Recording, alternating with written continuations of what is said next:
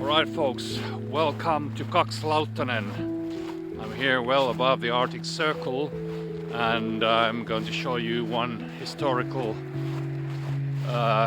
monument here, Lautanen River, something that happened during the Second World War and the Finno-Soviet Union War in 1943. A sad event on this very spot here.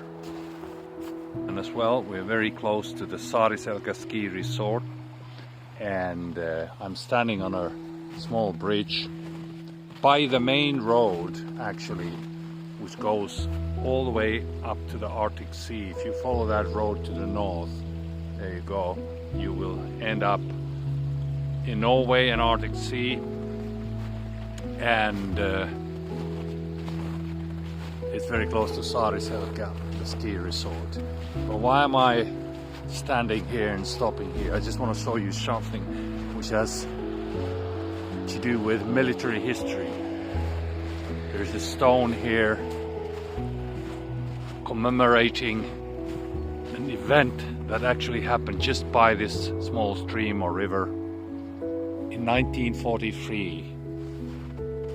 Summer 1943.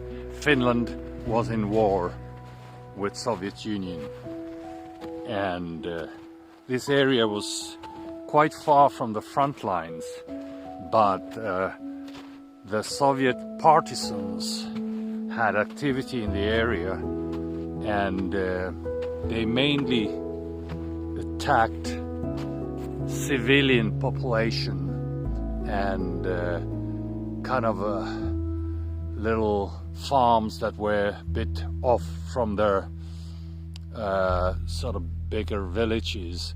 They picked up easy targets, and they were very ruthless and cruel people. They killed, because there were mainly women and children there, because all the men were in the front lines fighting the Soviet army, the Red Army that tried to invade to Finland. And there were easy targets, there were no weapons, and they murdered over 100 civilians, especially here in the eastern Lapland area, also a little bit down to the south, to the Karelia, North Karelia. They are very well documented by the Finnish authorities, and sometimes the Finnish partisan hunters got these guys and they were treated accordingly. But this specific so-called Laanila partisan attack is quite famous because Bishop Vallinmar quite recently appointed to his bishop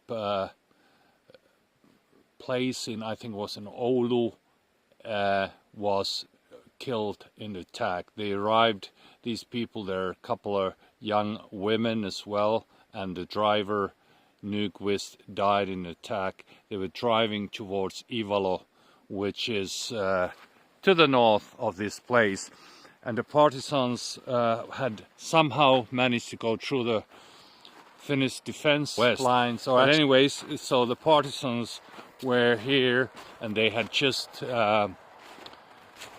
sort of destroyed the bridge here, and when the bus arrived, and they opened fire, and some of the passengers from that civilian bus managed to escape, but the bishop and the driver and the young women there, which one of them had 2 children that luckily escaped to these forests here that you see over there. But those people that you saw the names on that stone there, they were all murdered here. So these very, very sad and kind of quite common things in these areas here, because there were not enough troops to safeguard the civilians.